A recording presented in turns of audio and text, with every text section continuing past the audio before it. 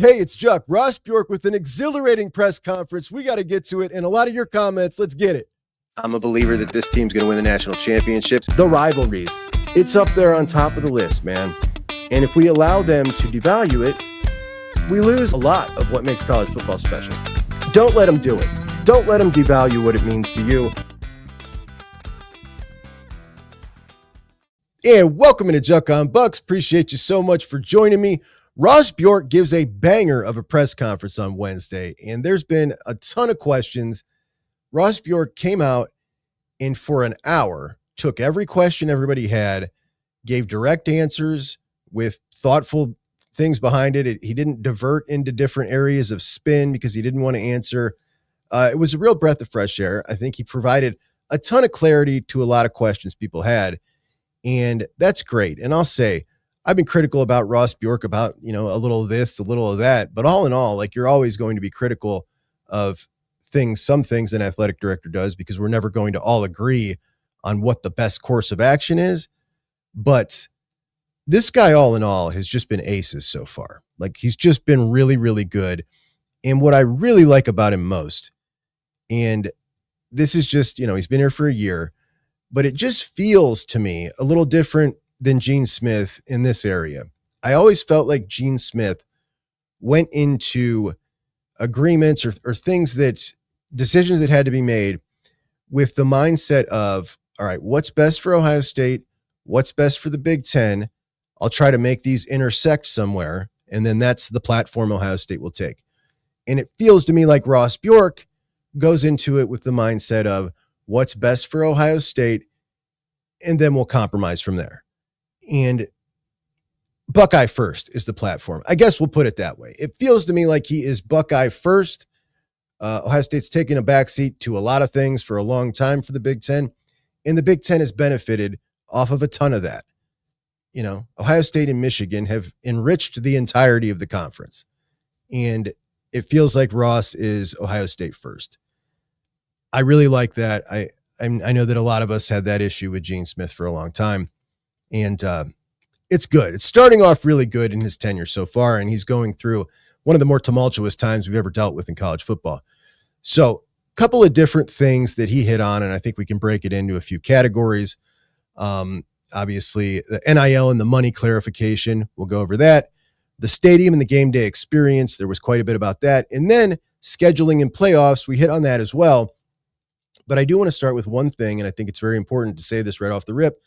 I didn't realize there were some people that were confused by this, but there are. When talking about the salary cap, the $20.5 million salary cap, there is the salary cap, and then there is the NIL deals.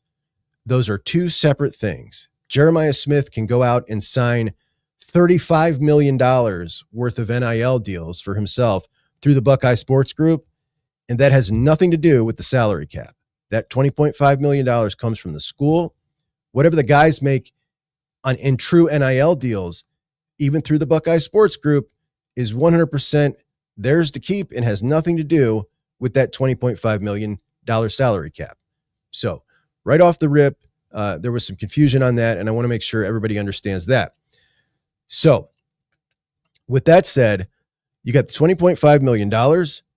How much of that is going to what sports, and what sports are getting paid? So for starters, the scholarships count against the salary cap, and there is $2.5 million worth of scholarships. So you're working with $18 million. $18 million will be taken from Ohio State and spent directly on athletes' payroll. That money will go to 4 sports: men's basketball, women's volleyball, and football. So just those 4 sports are getting that money. What percentage is each sport getting? Russ is not going to divulge that. That is proprietary information. That is, there's some competitive things into that as well. Who's structuring this the best? So that is not going to be divulged, but that is what we know. 18 million going to go to those student athletes this year. That number, that 20.5, will raise 4% every year. And as we've talked about before, that $20.5 million is the least percentage to Ohio State than anybody else because they bring in the most money. So as far as the NIL deal goes. NIL, Buckeye Sports Group, going to facilitate those deals to all the Ohio State athletes. And as we discussed, Ohio State uniquely positioned to kill it in this aspect. And none of that counts against the cap. I've seen from a lot of people is that, well, that's never going to stand up in court. Somebody's going to challenge that and say, who's to say what market value is? Market value is market value. But let's go to kind of the big thing that everybody's talking about this week and have been for a while. It doesn't matter what show you turn on. Anybody who talks about this has heard this from someone else and just regurgitated this. And that is, as soon as this goes to court, it's just going to get blown all up. Now, while I'll acknowledge that there is absolutely no doubt this will be challenged in court by the first kid who gets one of their deals rejected and then goes to the appeals process and gets it rejected and then gets suspended, right? He'll be ruled ineligible. That's going to happen, and that's going to go to court. Getting sued doesn't mean losing. And it seems like everybody is just under the impression that as soon as it goes, it's going to be lost based on the fact that the Supreme Court ruled in the Tennessee case that you can't max what these guys are making. However, Ross Bjork brings up, like, that's precedent. That's Supreme Court precedent. But this is a federal judge who has looked at this deal and looked at this entire settlement and said, okay, the conferences are allowed to set this rule, and this is going to be legal according to the federal judge. So we're not just saying like they did this on their own and said, let's go and do it. It was ruled on by a judge, and Ross hits on that. I think what people are missing is it already has stood up in court. It was approved. The settlement allowed for the autonomy for conferences to create rules of engagement. The rules were then created based on valid business purpose, a range of compensation, right, and associated entities. So that's what I think people are missing, is that a judge already signed off on this. And there's arbitration, which is really hard to pierce. If you really look at history and precedent, I'm not an attorney. I don't pretend to play one, but we get a lot of advice, right? It's really hard to pierce a federal court decision, and it's really hard to pierce arbitration that is binding by the court. So that's the part that people are not capturing in this whole structure, is that a judge already decided. You can make rules. The rules have been set, and now there's arbitration for the athletes. So look, is that to say that there won't be anything? No.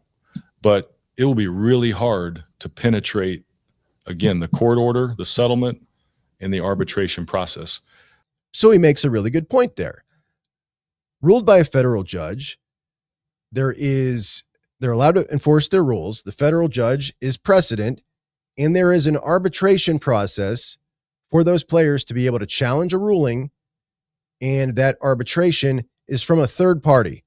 You're not challenging a ruling and it's going to the people who just suspended you, like the NCAA.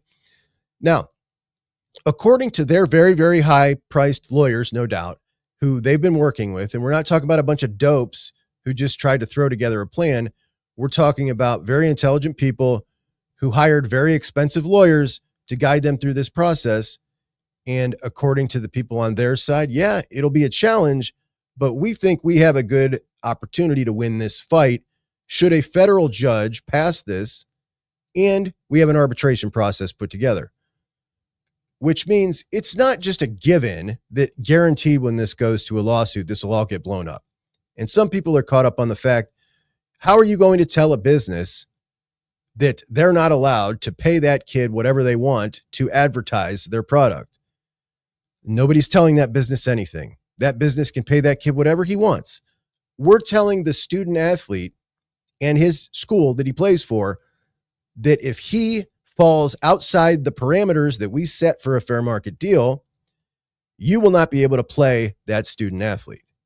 This is between this enforcement arm, that school, and that student. Has nothing to do with the business.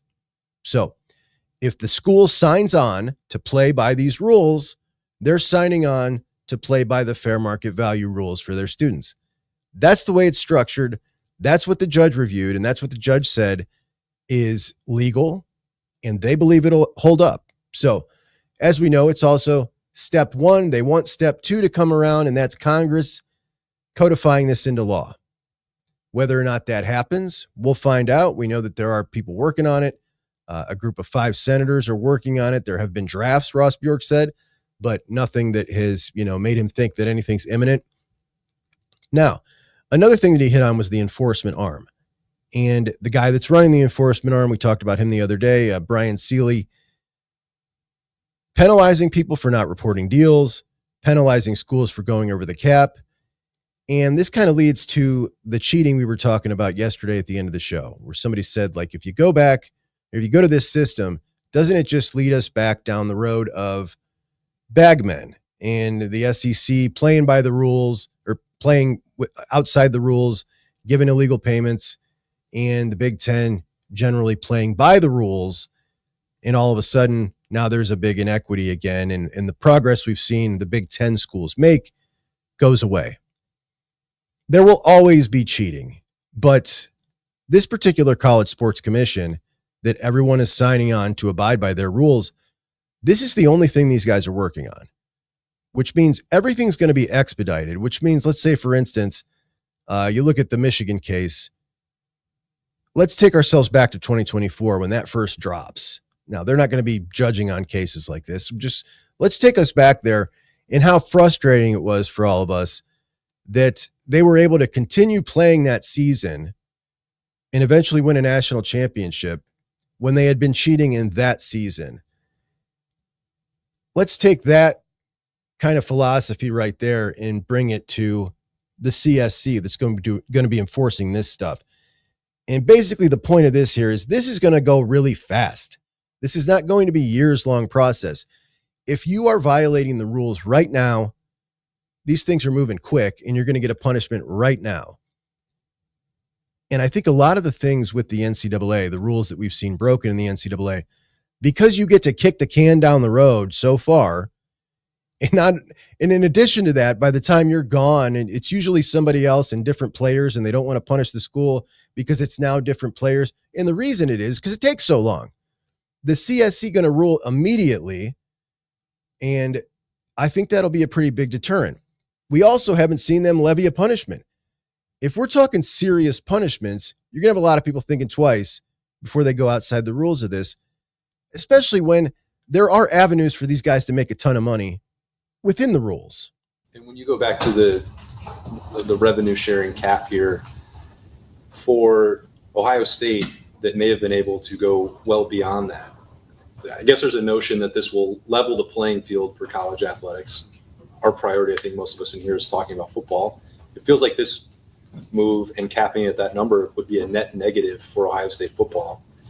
But another question that I've heard, and this sentiment has been kind of floating out there a lot more than I thought it would, and that is the fear that Ohio State,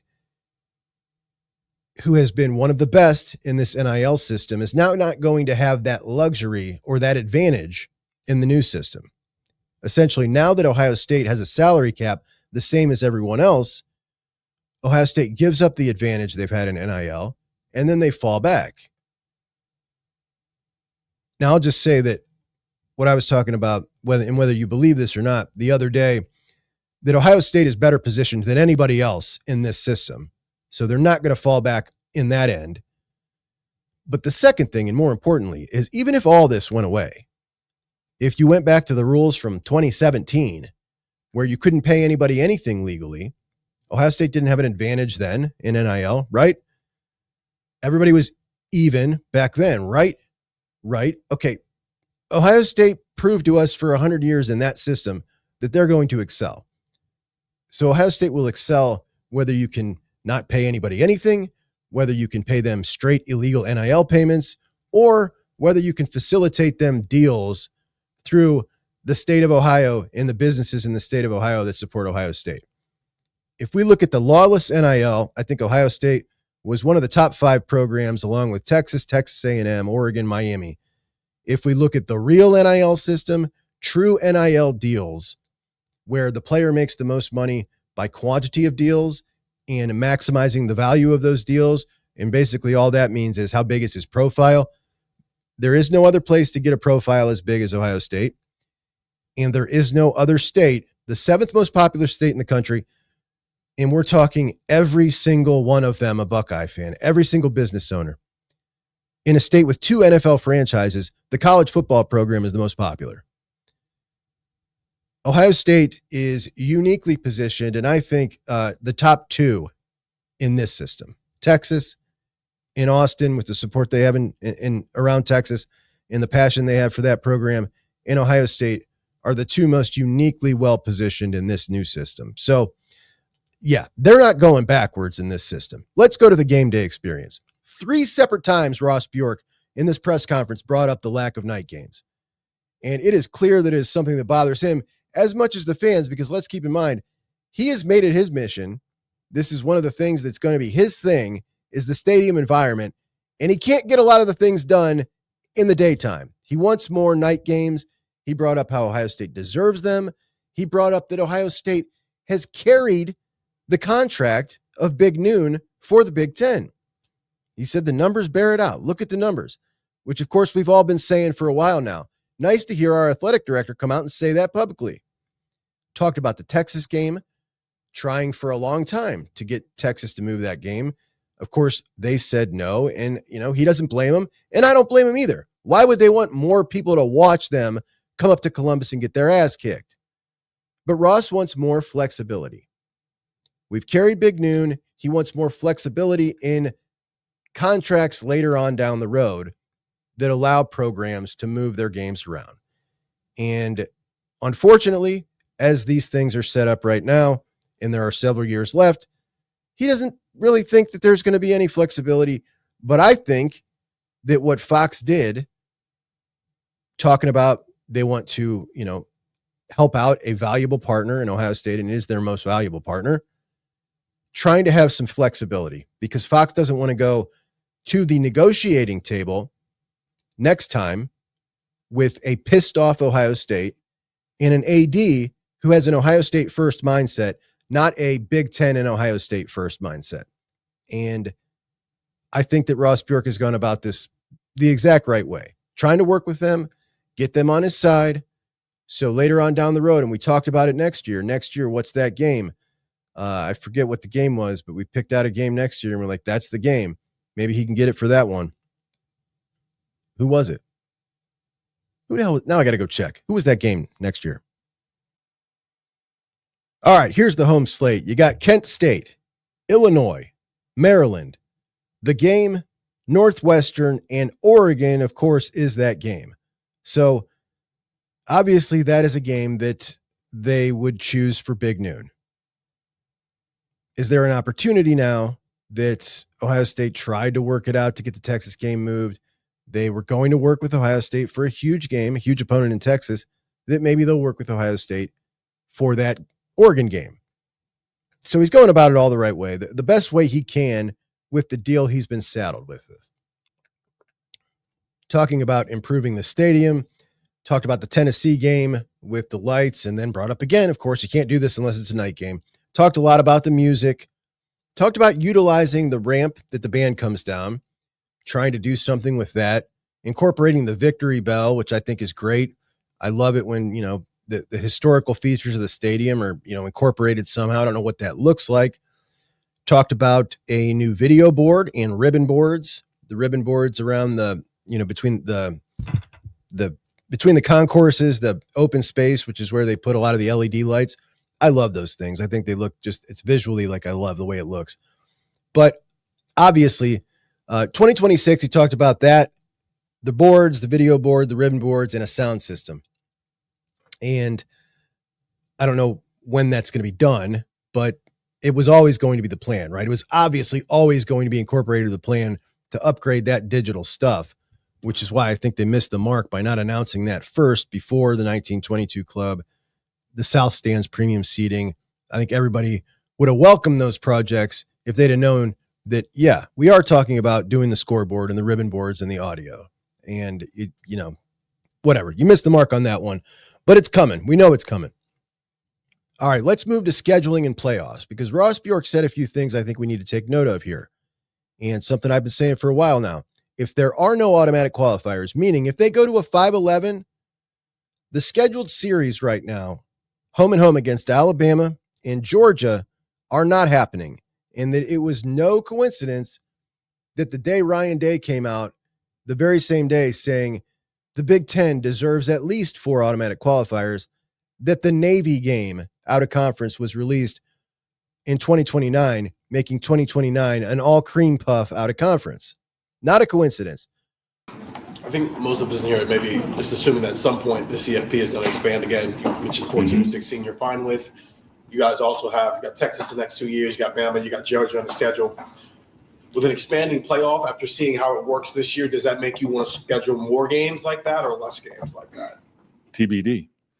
I mean, sir, you really need to understand what it looks like. Or do we keep those games? If there's a different model that really doesn't fit playing those kind of games, and it's all about just being 12-0 or 11-1, then maybe we shouldn't play those games. All right. For starters, there is no model where a 11-1 or 10-2 Ohio State team doesn't get in the playoffs if we're talking about 16 teams. It doesn't exist.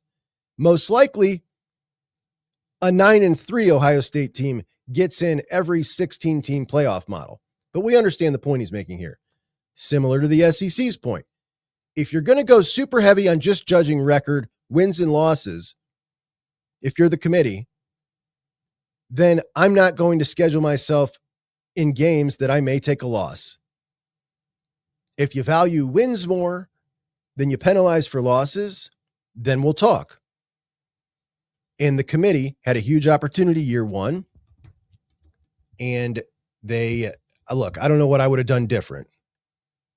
But the fact that you came away thinking and just looking optically that the 9-3 teams, who many felt were as good as a 10-2 SMU or an 11-1 Indiana, got left out, and the narrative came away that, okay, they're just looking at wins and losses.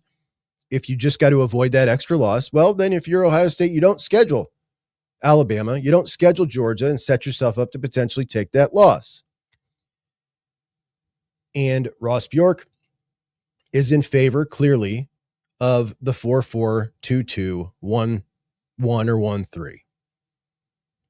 And I am too. And I've talked about why that is. But it's clear that the Big Ten is in favor of that. Tony Petitti said that. And the other thing Ross Bjork said, how do you create big-time games? And we need more inventory. And he was talking about the conference play-in games that are only created if you go with the automatic qualifiers as well. And if the Big Ten and the SEC get to both put up their 4 teams for the playoffs. That doesn't work in a 5-11 either, which is another reason why I think that ultimately the SEC is only posturing and they do want to go to the 4-4 because that is a huge amount of money that they're turning down by not being able to put on that week. Also not being able to do the Big Ten SEC challenge, which the Big Ten will not do if the SEC doesn't go to 9 games. Ross alluded to that as well. We think that there should be even games amongst the conferences. So from the SEC side, Ross Bjork was asked, should the Big Ten be a bigger mouthpiece in this? Should they be talking about this? Because we're hearing the SEC say all this stuff. And he basically took the high road and said, no, that's kind of should be behind closed doors. It sounded like a bit of a scolding he was giving them. But the SEC very much wants this public. They're giving out propaganda folders to the media members. Like they want people on their side. The SEC deserves it because they want their cake and they want to eat it too. They want to stick to 8 conference games. They want to have the 5-11, the coaches, because they think that'll get the most teams in. But they're only going to do it if everyone agrees to a new strength of schedule that the committee abides by that will favor them when they go 9-3. And they want public support for it. Well, the Big Ten not trying to gain public support. They're just trying to make a deal. And Ross said basically he's the first Big Ten representative that we've really heard come out and talk since the SEC has spoken and talked about those play-in games. And it's pretty clear that he's supporting the 4-4-2-2-1-1 or 1-3. Need more inventory, play-in games. Also wants to play big games and said You want to play Bama, you want to play Georgia, that's fine, but it has to add up in the playoff calculation. And the only way that adds up is automatic qualifiers, which is telling us if there are no automatic qualifiers, there is no Bama in Georgia. In regards to the scheduling, Ohio State announced on Wednesday that they will be creating a new center for sports intelligence and strategy. And this is a thing that's going to have analytics for all of the sports, going to be able to help those guys, the sports that don't have like GMs to evaluate roster positions, value of roster positions, recruiting strategy, make goal-specific schedules for them.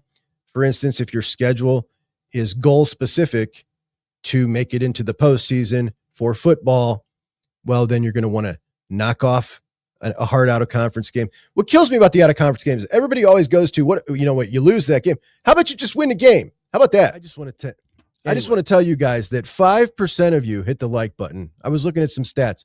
5%. Can we make that 7 today? Can we make that 7% that hit the like button? Will you be the one that makes the difference to get us to 7% today?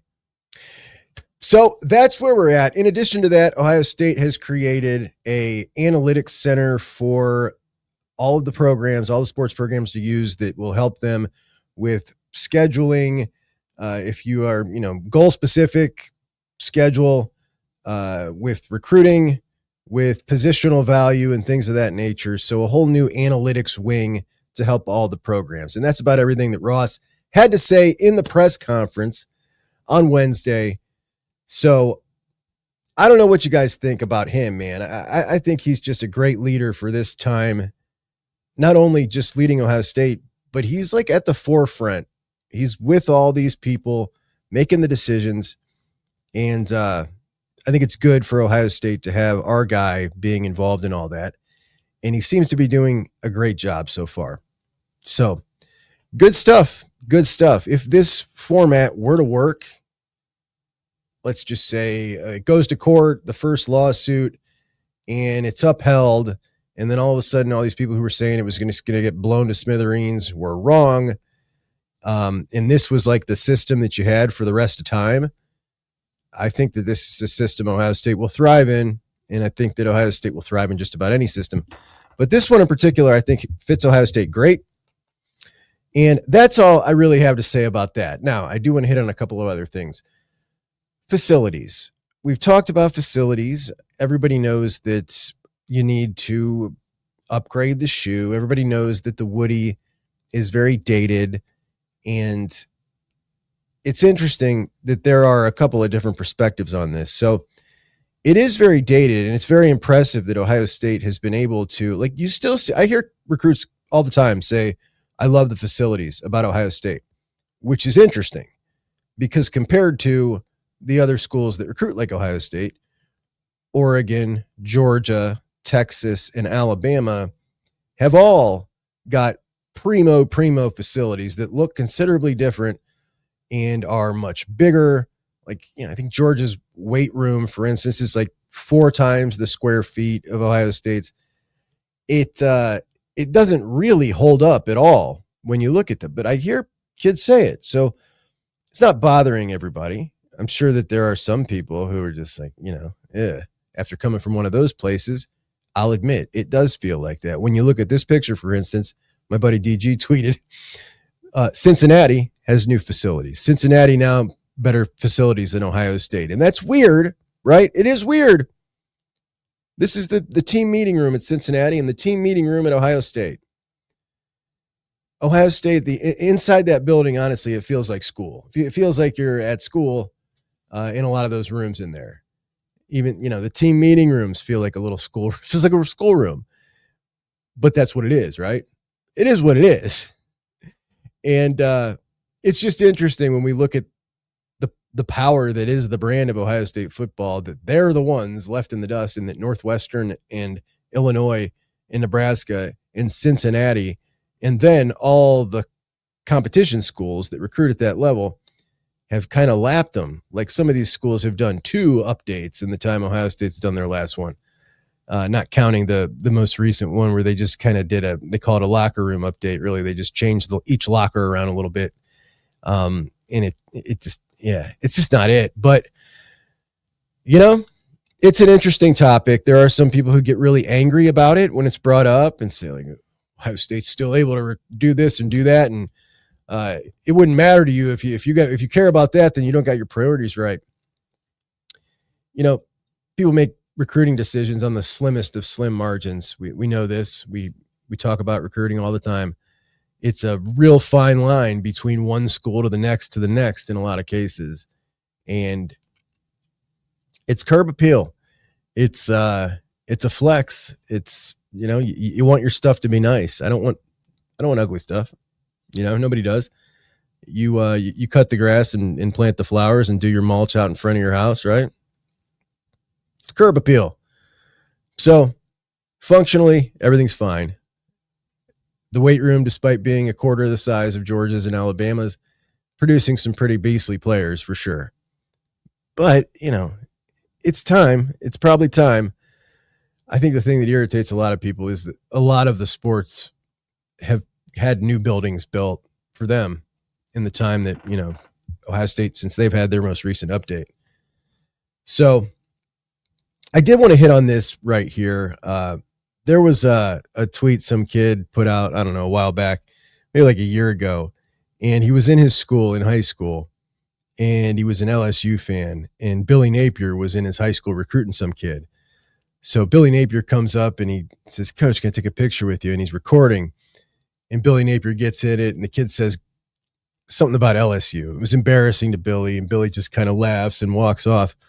Well, some dummy tried to do this with Ed Orgeron the other day. Take a look at this. Roll Tide. All right, here you go. Not really. I know. I mean, what was that about?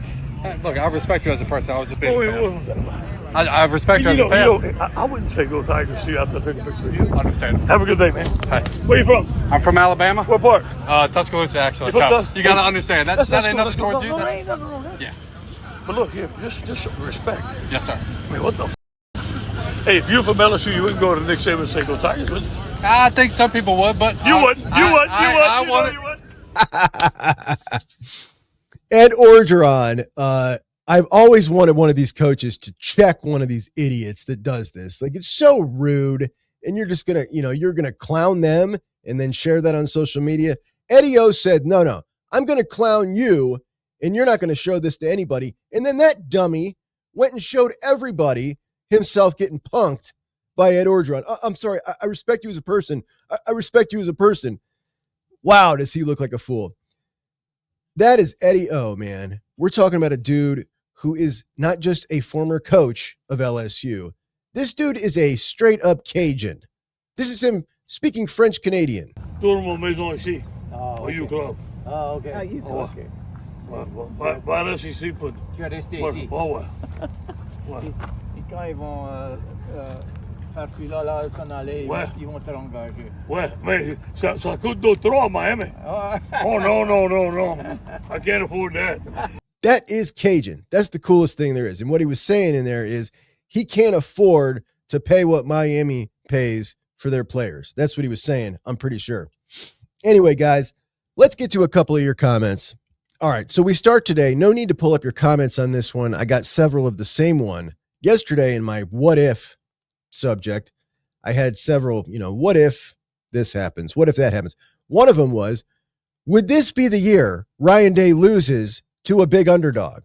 Now, when I was putting that segment together, what I was thinking in my head was a Purdue, a Northwestern, a team that we don't ever see coming, would never even, like if we're looking at the schedule at the beginning of the year, like we'd skip right over the game in our mind, not even think twice about it.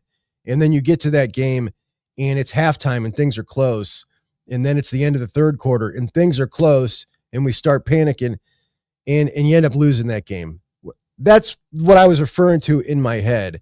Not really thinking of the game as a game like that because we are always like that. The game's not sneaking up on you. So that's kind of what I was thinking in my head. Certainly misspoke when I said hasn't lost as a big underdog or hasn't lost to a big underdog. Definitely lost to a big underdog. Appreciate the correction on that one, guys. Certainly misspoke there. Josh says, man, LJ's recruiting has fallen off hard, when everyone's excited he got a top 250 player. Think the next 3 years on D-line going to be brutal.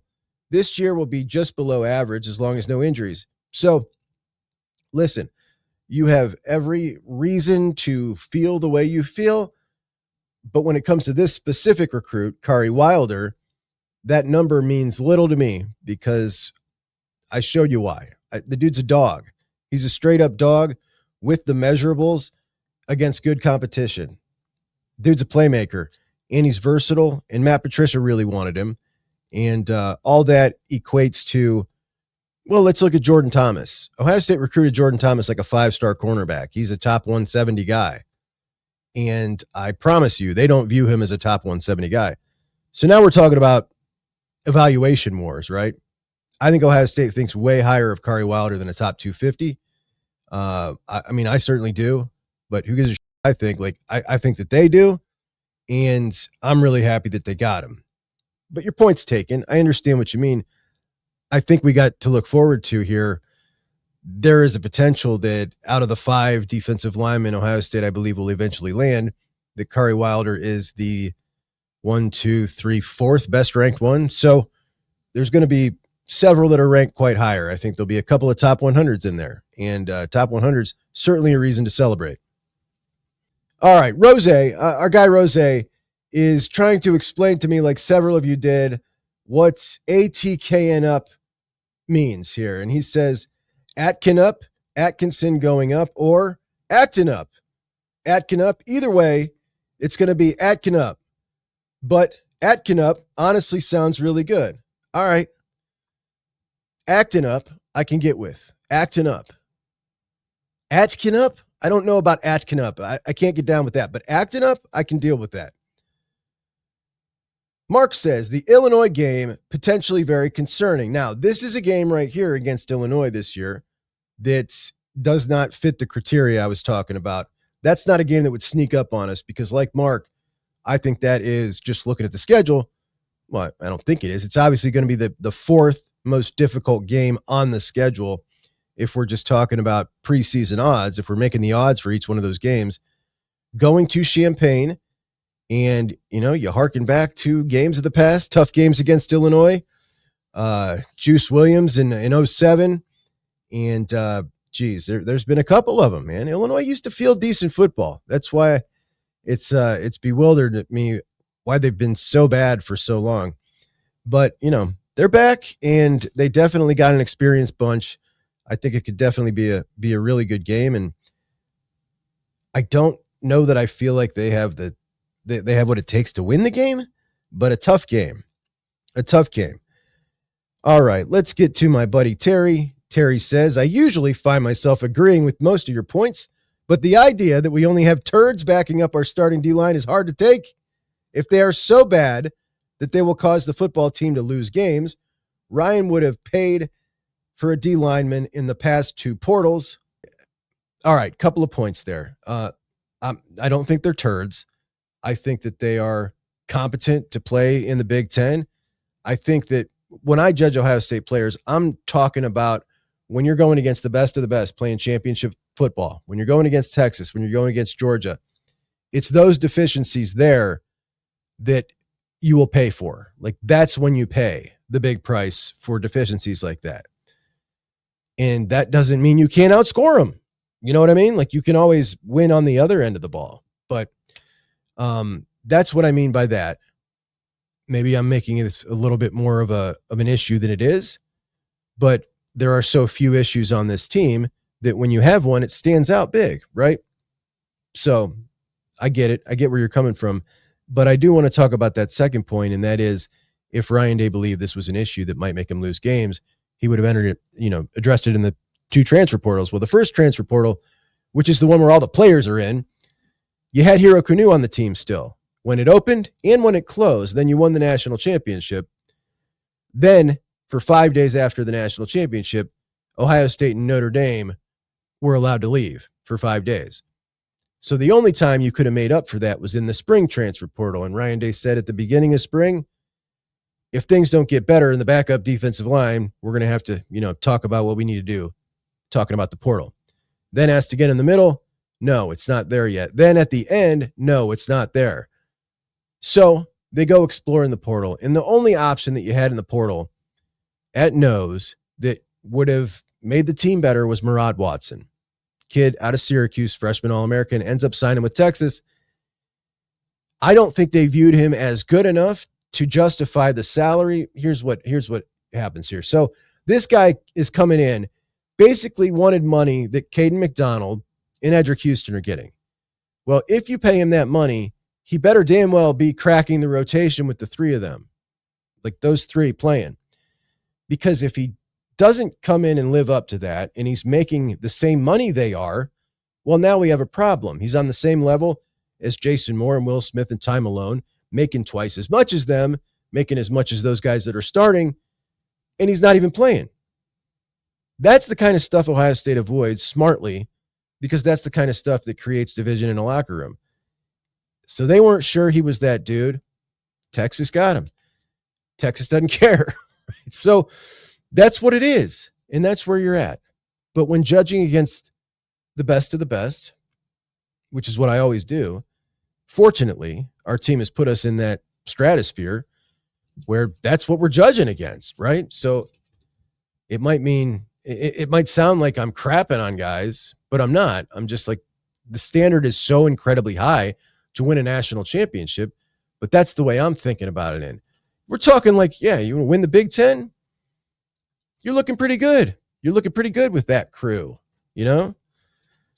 Talking to win a national championship, make it through that gauntlet again with poor backup defensive linemen, below average backup defensive linemen. I don't know that that is a recipe for success. And I think that if Ryan Day had an alternative or some inventory for him to grab, that he would have done it. I really do. So anyway, that's all I got. I appreciate you guys so much. I will talk to you tomorrow. Juckin' Bucks out.